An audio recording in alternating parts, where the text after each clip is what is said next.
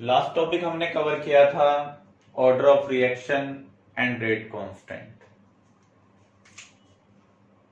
उसी टॉपिक को हम फर्दर प्रोसीड कर रहे हैं।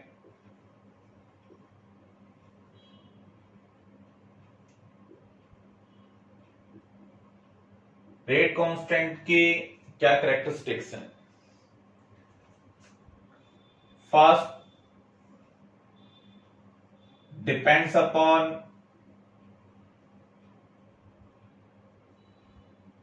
Type of reaction. अगर हम रिएक्शन चेंज करेंगे तो रेट कांस्टेंट की वैल्यू चेंज होगी।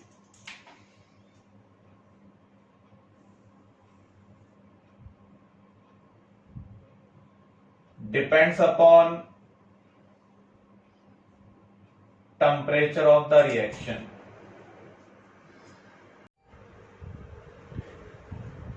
Independent of concentration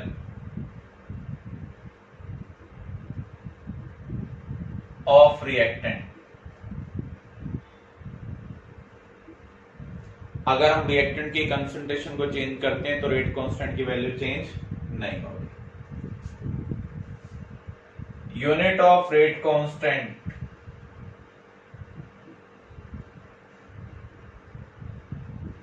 depends upon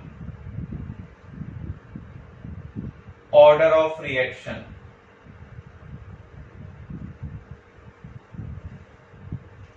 अगर हम रिएक्शन का ऑर्डर डिफरेंट देखेंगे तो आपको रेट कांस्टेंट की यूनिट भी डिफरेंट मिलेगी। आपके पास एक रिएक्शन है जिसमें रिएक्टेंट ए प्रोडक्ट्स में कन्वर्ट हो रहा है। रिएक्शन nth ऑर्डर को फॉलो कर रहा है,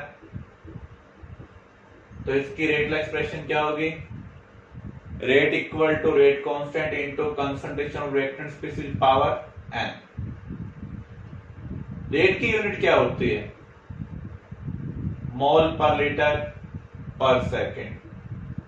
रेट कांस्टेंट की यूनिट हमें निकालनी है। कंसंट्रेशन की यूनिट क्या है? मोल पर लीटर। यहां पावर n है, रीअरेंज करते हैं तो आपको मिल रहा है मोल पर लीटर पावर 1 माइनस n पर सेकेंड। ये जनरल रिलेशनशिप है फॉर यूनिट। जीरो ऑर्डर के लिए अगर हमें यहां पर रेट कांस्टेंट की यूनिट निकालनी है तो हम क्या करेंगे?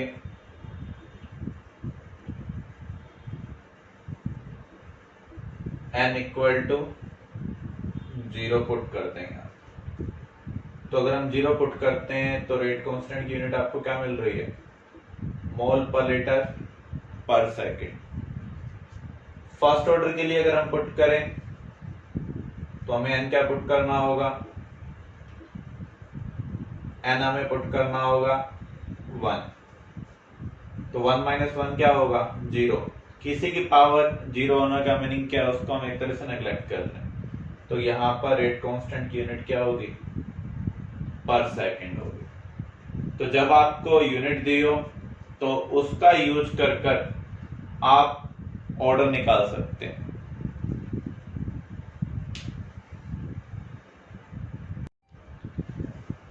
अब हम इसी के ऊपर एक न्यूमेरिकल कवर करने जा रहे हैं।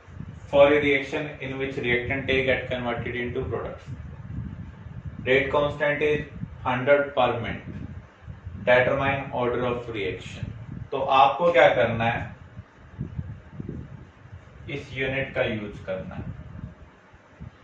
रेट कांस्टेंट की यूनिट आपको पता है क्या है? मोल पर लीटर पावर 1 माइनस n। पर सेकेंड लिखना कोई जरूरी नहीं है। टाइम हम किस में ले सकते हैं? मिनट में भी ले सकते हैं। तो यहां पर ये जनरल रिलेशनशिप है, इसका कंपैरिजन गिवन यूनिट के साथ करेंगे। कर रहे हैं तो पर मिनट से पर मिनट क्या हो रहा है? कैंसिल हो रहा है। तो आप क्या देख रहे हैं? मोल पर लीटर पावर 1 माइनस n किसके इक्वल आ रहा है? 1 के इक्वल आ रहा है। 1 तभी आता है जब किसी की पावर क्या हो? 0। तो यहां पर हम इसको इस तरीके से भी लिख सकते हैं, मोल पर litre power 0।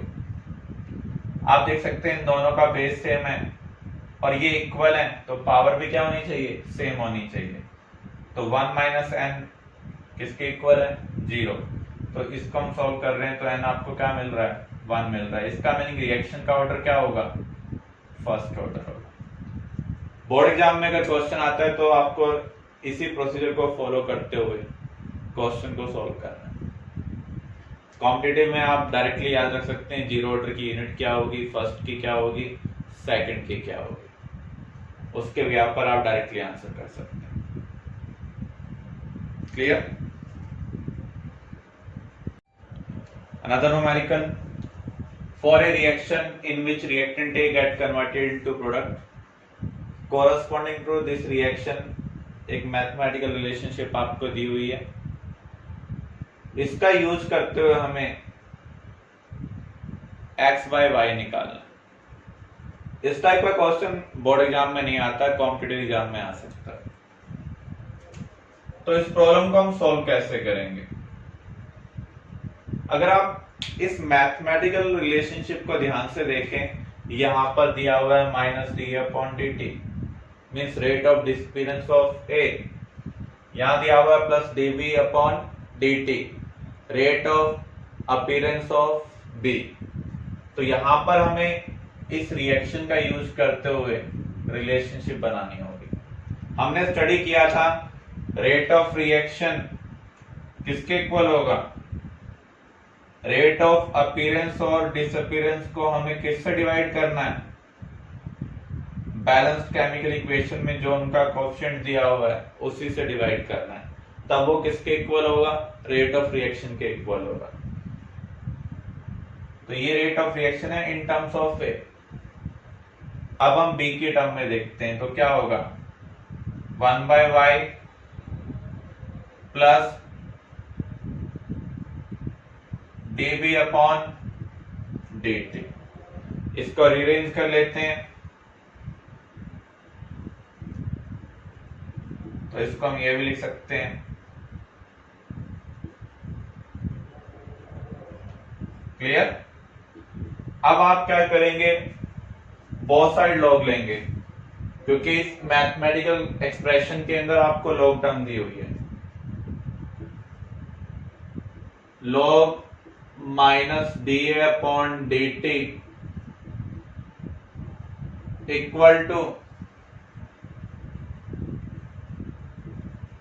Log of this, log A into B क्या होगा, log A plus log B.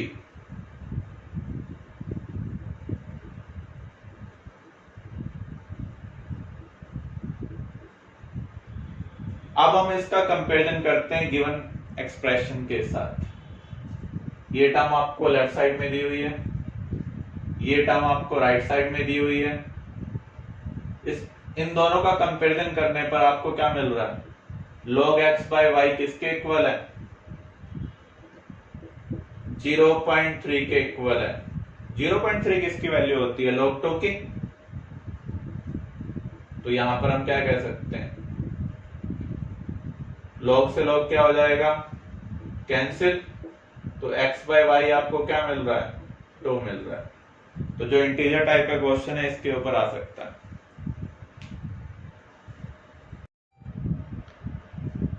किसी भी रिएक्शन का ऑर्डर हम कैसे निकालेंगे, हमें पता है ऑर्डर ऑफ रिएक्शन को निकालने के लिए हमें एक्सपेरिमेंट को परफॉर्म करना होगा, उसके बिना हम ऑर्डर ऑफ रिएक्शन नहीं निकाल सकते। तो इसको निकालने के लिए हम कई मेथड यूज करते हैं। फर्स्ट मेथड है ग्राफिकल मेथड।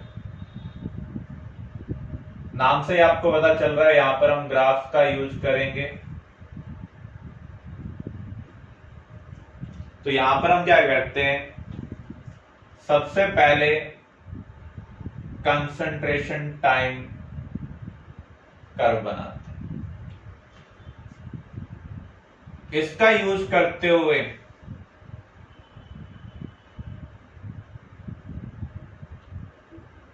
हमें क्या करना है, रेट ऑफ रिएक्शन डिटरमाइन करना at different instant.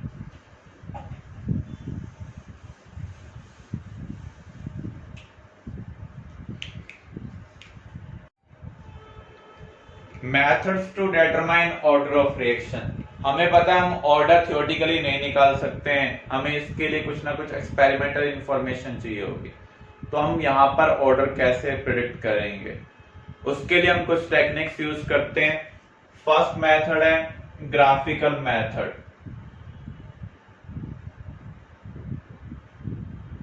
Graphical method में हम ग्राफ बनाकर ऑर्डर को डिटरमाइन करते हैं। पहले स्टेप के अंदर हम क्या करेंगे, कंसंट्रेशन वर्सेस टाइम कर्व बनाएंगे।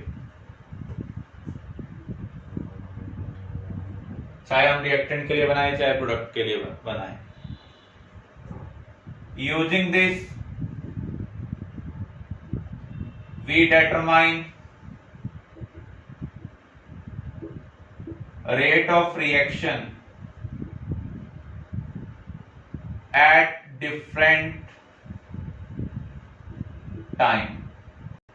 हमने इंस्टेंटेनियस रेट के रिगार्डिंग स्टडी किया था।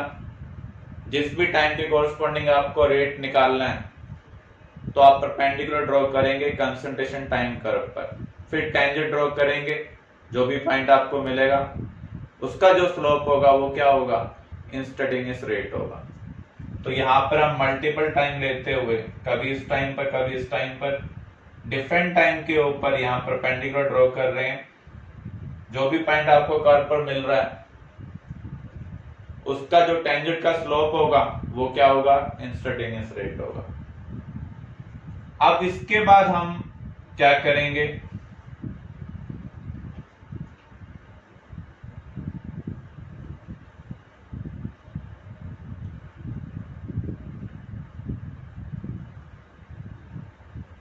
हम ग्राफ बनाएंगे rate versus concentration power 0। A straight line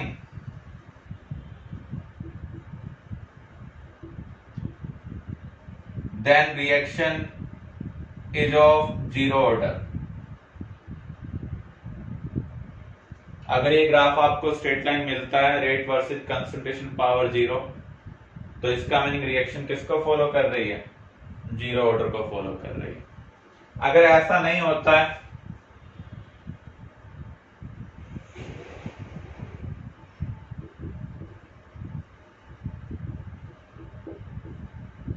तो हमें क्या करना होगा, rate versus concentration power 1 graph बनाएंगे। अगर आपको ये स्ट्रेट लाइन मिलता है तो हम क्या कह सकते हैं, रिएक्शन किसको फॉलो कर रही है, फर्स्ट ऑर्डर को फॉलो कर रही है।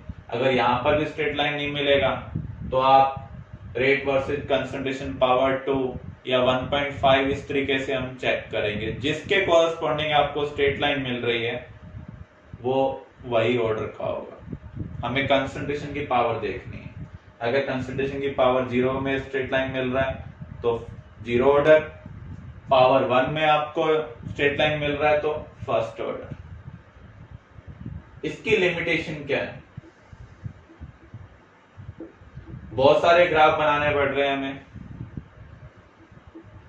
तो ये टाइम कंज्यूमिंग है। दूसरा, उन्हीं रिएक्शन में हम इसको अप्लाई कर सकते हैं जहां पर सिर्फ एक ही रिएक्टेंट हो। एक रिएक्टेंट के मल्टीपल मॉलिक्यूल्स तो रिएक्शन में पार्टिसिपेट कर सकते हैं लेकिन रिएक्टेंट क्या हो, सिर्फ एक ही टाइप का हो। वहां पर हम इस मेथड का यूज कर सकते हैं। Second method, Ostwald isolation method.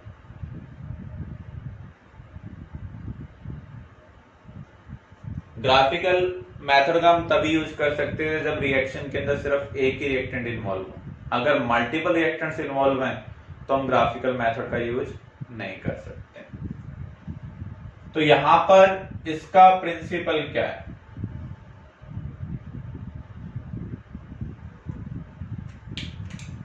इसके अकॉर्डिंग हम क्या कह सकते हैं, rate of reaction depends upon only दो स्पीसीज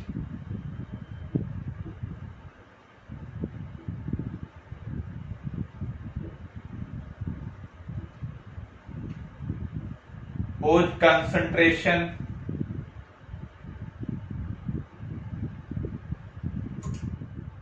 change with time। जिन स्पीसीज की कंसंट्रेशन विद टाइम चेंज हो रही है, रेट सिर्फ उन्हीं के ऊपर डिपेंड करेगा। आपके पास एक रिएक्शन है, इसका हमें ऑर्डर प्रेडिक्ट करना है, तो हम कैसे करेंगे?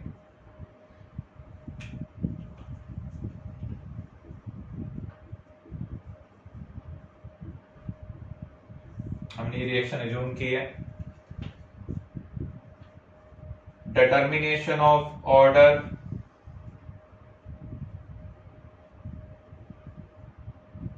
विद रेस्पेक्ट टू ए।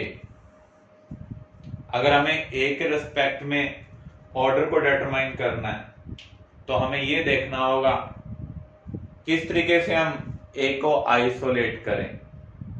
इसका मीनिंग सिर्फ रेट ए के ऊपर डिपेंड करना चाहिए, बी और सी के ऊपर डिपेंड नहीं करना चाहिए। ऐसा करने के लिए आप क्या कर सकते हैं, बी एंड सी को एक्सेस में लेंगे। जब आप बी और सी को एक्सेस में लेंगे, थोड़ा बहुत बी कंज्यूम होगा, थोड़ा बहुत सी कंज्यूम होगा, रिएक्शन जो प्रोसीड होगी, लेकिन कंसंट्रेशन में कोई डिफरेंस नहीं आएगा जो मेजर डिफरेंस हो, क्योंकि बी और सी की कंसंट्रेशन विद टाइम चेंज नहीं हो रही है, तो रेट बी के ऊपर डिपेंड नहीं करेगा, सी के ऊपर डिपेंड नहीं करेगा। अब इस सिचुएशन में हम क्या करेंगे, ए की कंसंट्रेशन को डबल करते हैं। हम ऑब्जर्व करेंगे रेट डबल हो रहा है या नहीं हो रहा है। फॉर एग्जाम्पल, अगर हम ये कहें रेट डबल नहीं हो रहा है, चेंज ही नहीं हो रहा है, तो इसका मीनिंग रेट ए की कंसंट्रेशन से क्या होगा, इंडिपेंडेंट होगा। तो यहां पर हम ये कह सकते हैं rate proportional to A power 0, कुछ भी आ सकता है, इसलिए मैं यहां पर ले रहा हूं ए पावर अल्फा। तो अल्फा यहां पर क्या है, order of reaction with respect to A. ऐसे हमें ऑर्डर निकालना है विद रेस्पेक्ट टू बी, तो उस केस में ए और सी को हमें किस में लेना होगा, एक्सेस में लेना होगा। जब रिएक्शन प्रोसीड होगी, ए और सी कंज्यूम होंगे, लेकिन इनकी कंसंट्रेशन में कोई मेजर चेंज नहीं आएगा। तो अगर आपने बी की कंसंट्रेशन को डबल किया, रेट डबल हो गया, तो बी की पावर क्या आनी चाहिए, 1 आनी चाहिए।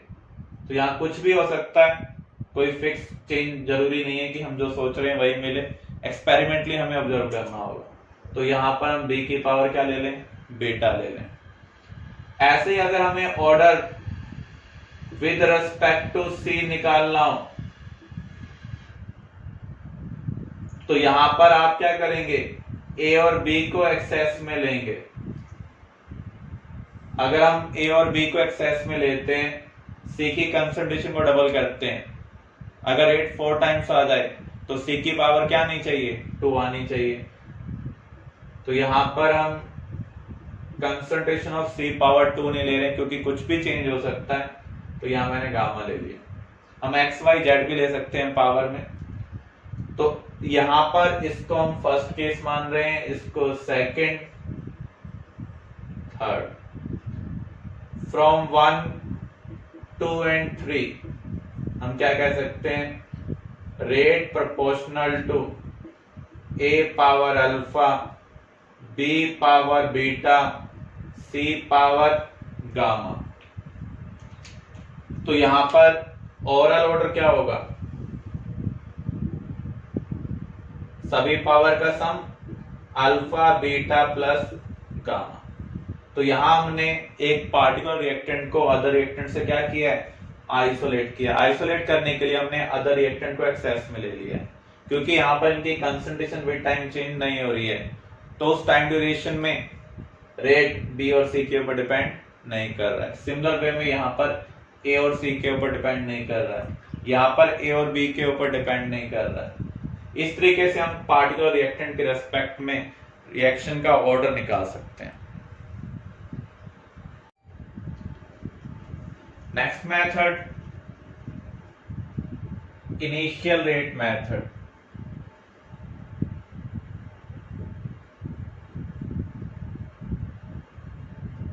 और वांट ऑफ डिफरेंशियल मेथड।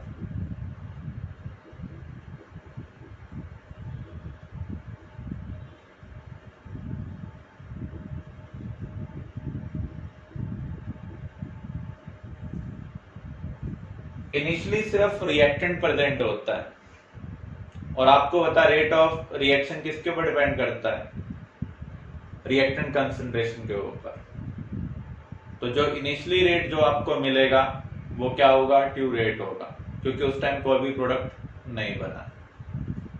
तो हमने क्या किया, इनिशियल कंसंट्रेशन पहले केस में C1 ली,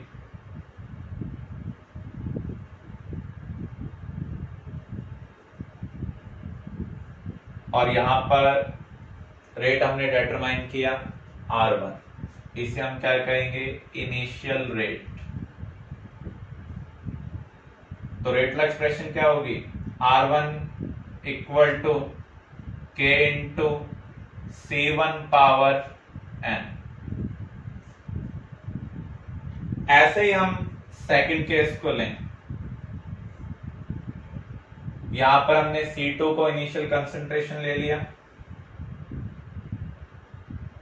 क्योंकि आपने रिएक्टेंट कंसंट्रेशन चेंज कर दिया तो रेट भी चेंज हो जाएगा। तो इसके कोरस्पॉन्डिंग R2 को हम क्या कहते हैं, इनिशियल रेट। तो यहां पर R2 क्या होगा, K into C2 power N। आपने पढ़ा था जो रेट कांस्टेंट है वो रिएक्टेंट कंसंट्रेशन से क्या होता है, इंडिपेंडेंट होता है, लेकिन टाइप ऑफ रिएक्शन के ऊपर डिपेंड करता है। यहां पर रिएक्शन सेम है, इसलिए हम रेट कांस्टेंट की वैल्यू क्या ले रहे हैं, सेम ले रहे हैं। अब हम इक्वेशन 1 को इक्वेशन 2 से डिवाइड करते हैं। अगर हम ऐसा कर रहे हैं तो आपको मिल रहा है R1 by R2 equal to C1 by C2 power N। तो यहां पर हम बोथ साइड लॉग ले लें,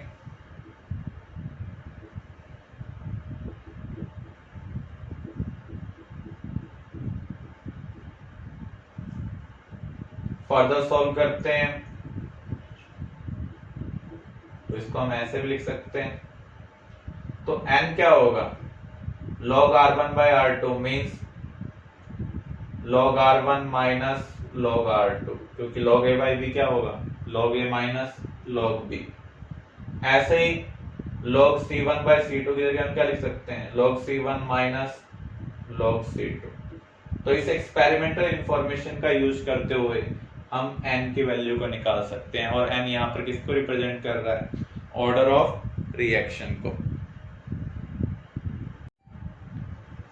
नेक्स्ट मेथड, इंटीग्रेशन मेथड।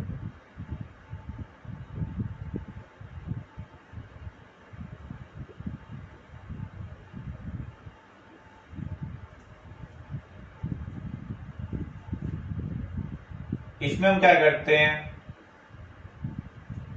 हम ड्राइव करते हैं mathematical expression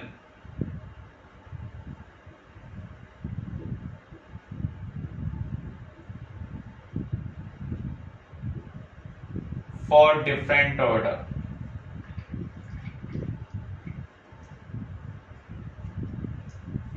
zero order, first order, second, nth order.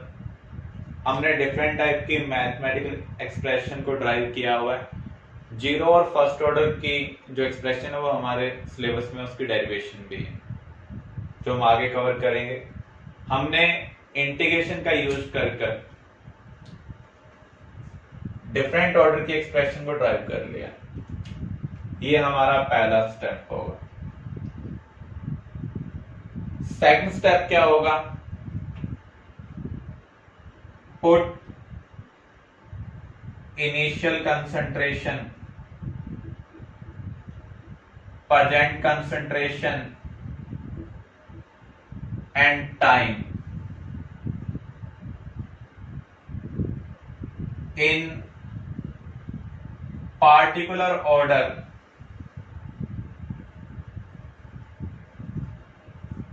expression। Zero order के लिए अगर हम चेक करना चाह रहे हैं तो हम जीरो ऑर्डर के एक्सप्रेशन में इनिशियल कंसंट्रेशन, प्रेजेंट कंसंट्रेशन और टाइम को हम पुट करेंगे। ये हमने first reading Lee. Determine rate constant,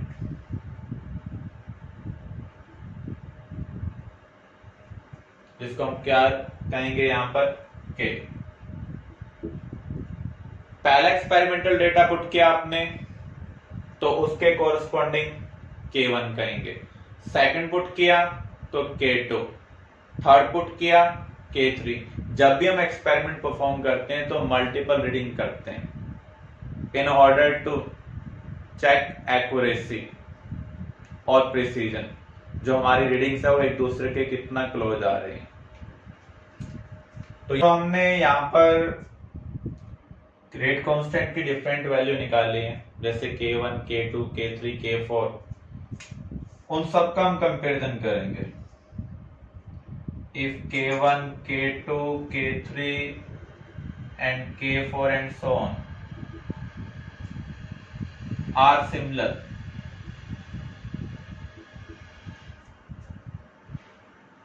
then reaction is of particular order।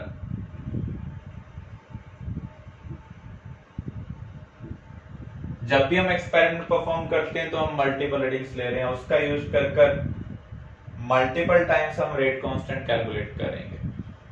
अगर इन सभी रेट कांस्टेंट की वैल्यू नियर बाय सेम आती है तो हम कह सकते हैं रिएक्शन उस पार्टिकुलर ऑर्डर की है। अगर हमने जीरो ऑर्डर एक्सप्रेशन में पुट किया है तो zero order, first order expression में पुट किया है तो फर्स्ट ऑर्डर। अगर मैच नहीं करता है तो हमें अदर मैथमेटिकल एक्सप्रेशन के अंदर इसको पुट करना होगा। क्लियर?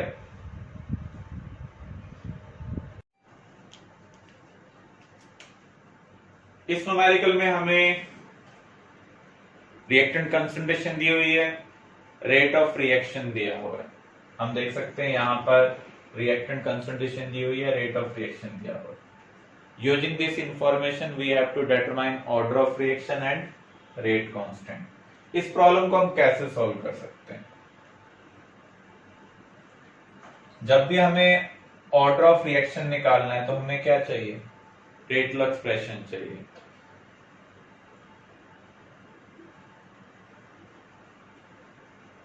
क्या होगी?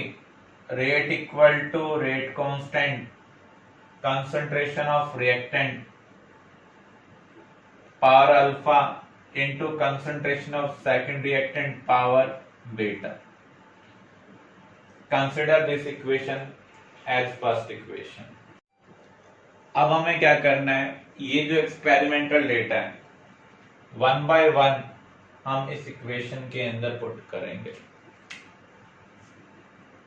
Now put experimental data in equation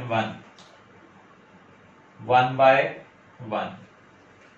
first experimental data को अगर हम पुट करते हैं तो आपको क्या मिलेगा? 1 into 10 power raised to -2 equal to rate constant into 0.01 power alpha into 0.01 power beta। इसे हम इक्वेशन सेकंड अज्यूम कर ले। ऐसे आप सेकंड एक्सपेरिमेंटल डेटा को पुट कर रहे हैं तो आपको मिल रहा है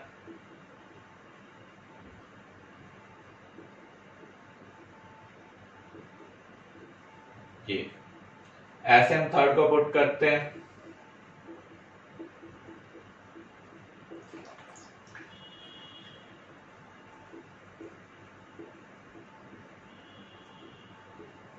तो ये हमें इक्वेशन मिल गई है।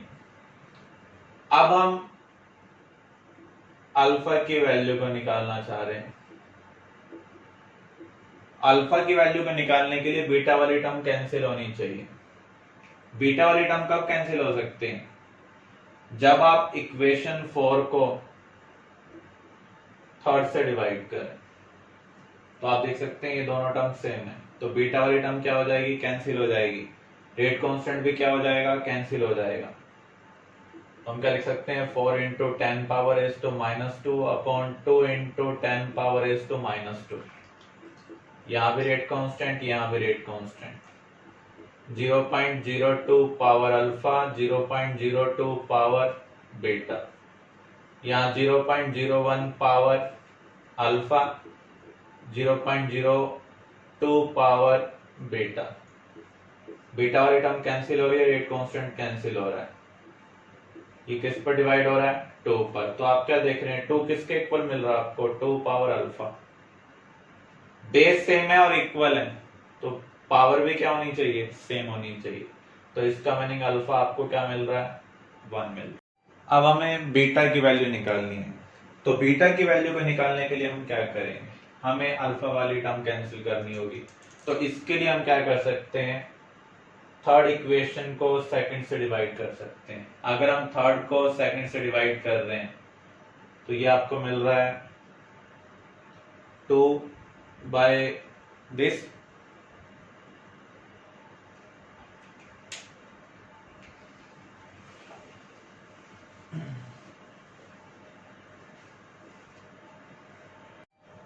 ऐसे बीटा की वैल्यू को निकालने के लिए हमें अल्फा वाली टर्म को कैंसिल करना होगा।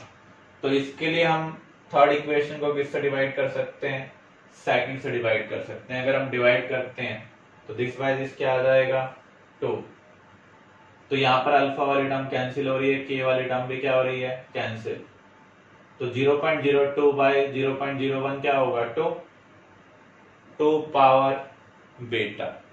तो यहाँ भी आप देख सकते हैं ये दोनों इक्वल हैं, बेस सेम है, तो पावर भी क्या होनी चाहिए? सेम होनी चाहिए। तो बीटा की वैल्यू क्या आ गई है? 1। तो अब आपको रेट ला एक्सप्रेशन क्या मिल रही है? रेट इक्वल टू के into concentration of NO power 1 O2 power 1। अब आपको दूसरी चीज क्या निकालनी थी? रेट कांस्टेंट कैलकुलेट करना था। रेट कांस्टेंट कैलकुलेट करने के लिए हम क्या कर सकते हैं? इनमें से कोई भी एक एक्सपेरिमेंटल डेटा इस एक्सप्रेशन के अंदर पुट कर सकते हैं। मान लो हमने फर्स्ट पुट कर दिया 1 into 10 power is to -2 equal to rate constant. NO की वैल्यू क्या है? 0.01। O2 की वैल्यू भी क्या दी हुई है? 0.01। अगर हम इसे सॉल्व करें तो ये आपको मिल रहा है 100। तो यहां पर K की वैल्यू क्या होगी? 100 होगी। इसकी यूनिट क्या होगी? इस रिएक्शन का ऑर्डर क्या है? 2 है। पावर का जो सम होगा वो क्या होगा? Order of reaction.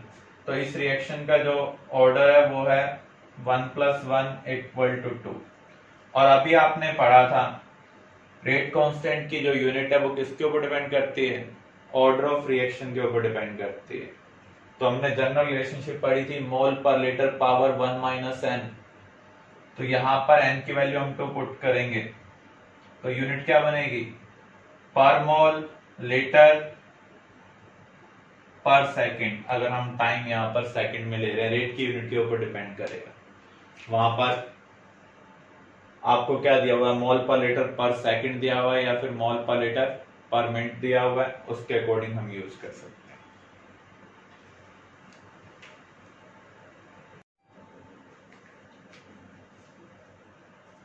Order of reaction हम कैसे निकाल सकते हैं? अगर आपको किसी रिएक्शन का मैकेनिज्म दिया हो, मैकेनिज्म का मीनिंग है detail of process. Complex reaction में मल्टीपल स्टेप्स होते हैं, जिसमें से एक स्टेप तो स्लो होगा, बाकी सभी स्टेप क्या होंगे? फास्ट होंगे। आप ये कह सकते हैं स्लो स्टेप तो सेकंड में प्रोसीड हो रहा है, जबकि fast step nano second time के अंदर प्रोसीड हो रहे हैं। तो यहां पर रिएक्शन की स्पीड को कौन डिसाइड करेगा? ये एक तरह से रिले रेस है, ग्रुप रेस है। जो ग्रुप का स्लोएस्ट मेंबर है वो रेट डिसाइड करेगा, स्पीड डिसाइड करेगा। रेट का रिलेशनशिप क्या होता है? Change in concentration upon total time taken. First member plus second member, third member, सभी मेंबर ने या सभी स्टेप ने जो टाइम लिया है उन सबके टाइम का हम सम कर कर टोटल टाइम निकालेंगे।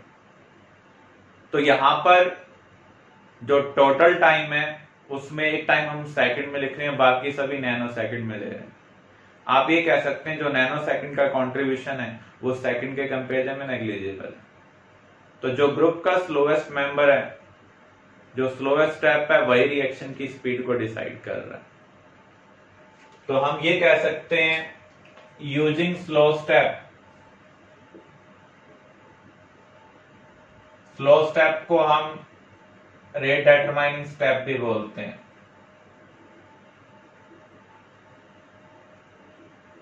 शॉर्ट फॉर्म में लिखा जाता है आरडीएस और elementary step of reaction. For example N2O5 decompose होकर NO2 प्लस O2 बना रहा है। यहां पर हम इसको बैलेंस कर लेते हैं, तो आप देख रहे हैं ये रिएक्शन बैलेंस हो चुकी है। इसके लिए मैकेनिज्म हमें दिया हुआ है N2O5 स्लो स्टेप के अंदर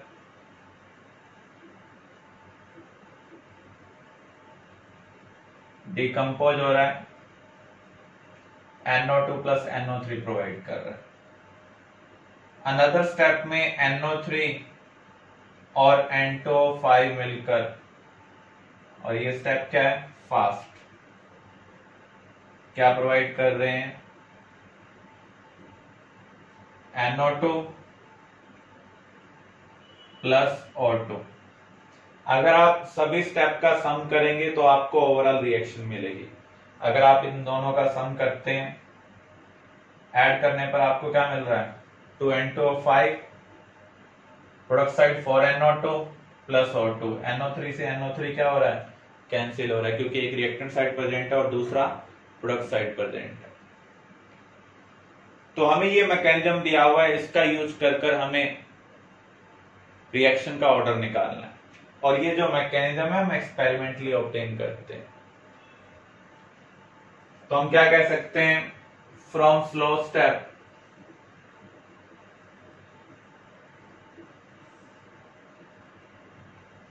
हम रेट का एक्सप्रेशन लिख सकते हैं, rate equal to rate constant. Slow step में क्या प्रेजेंट है? Reactant N2O5। कितने स्पीसीज इन्वॉल्व है इसकी? ओनली 1, तो पावर हम क्या लेंगे? 1 लेंगे। रेट एक्सप्रेशन में जो पावर आती है उनका जो सम होगा उसे हम क्या कहेंगे? Order of reaction. इसलिए यहां पर रिएक्शन का ऑर्डर क्या है? 1। अब हमें इस रिएक्शन के लिए जो मैकेनिज्म दिया हुआ है उसका यूज करते हुए ऑर्डर ऑफ रिएक्शन को निकालना है। अगेन हम सेम प्रोसीजर फॉलो करेंगे। फ्रॉम स्लो स्टेप आप देख सकते हैं ये वाला स्टेप आपको स्लो दिया हुआ है, तो रेट क्या होगा? इसका रेट कांस्टेंट आपको K3 दिया हुआ है into concentration of NoCl2, coefficient 1 है तो पावर 1 इनटू NO कंसंट्रेशन। यहां भी कोएफिशिएंट 1 है तो यहां भी पावर क्या आएगी? 1 आएगी।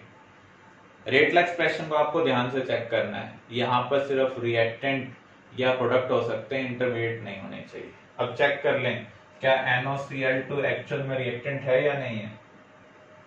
नहीं है, ना ये प्रोडक्ट है, NO है।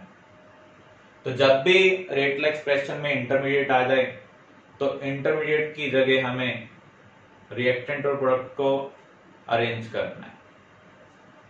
तो इसे हम इक्वेशन 1 कंसिडर कर लेते हैं। From fast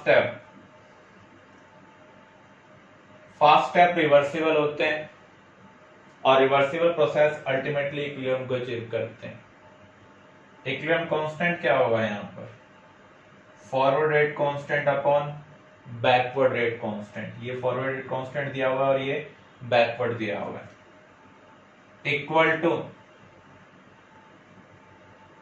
product species concentration upon reactant species concentration. Power is to respective coefficient. यहां पर कोएफिशिएंट 1 है, यहां भी 1 है, यहां भी 1 है, तो सबकी पावर हम 1 ले रहे हैं। अब देखें, आपको इंटरमीडिएट कंसंट्रेशन चाहिए। NoCl2 की कंसंट्रेशन यहां से आपको क्या मिल रही है? K1/K2 into concentration of NO into concentration of Cl2. Put this in equation 1. NoCl2 की जो कंसंट्रेशन है इन टर्म्स ऑफ रिएक्टेंट और प्रोडक्ट, इसको हम पुट करेंगे इक्वेशन 1 के अंदर। तो रेट आपको क्या मिल रहा है? K3 into K1 upon K2 into NoCl2 की जगह यहां पर और क्या आ जाएगा? NO concentration into Cl2 concentration. पहले से ही NO प्रेजेंट है यहां पर। इन सब का जो सॉल्यूशन होगा वो एक नया कांस्टेंट होगा जिसे मैं यहाँ K डैश लिख रहा हूं। तो NO पावर 2 Cl2 पावर 1। तो यहां पर हम क्या देख रहे हैं? जो पावर का सम है वो क्या आ रहा है? 2 + 1 3।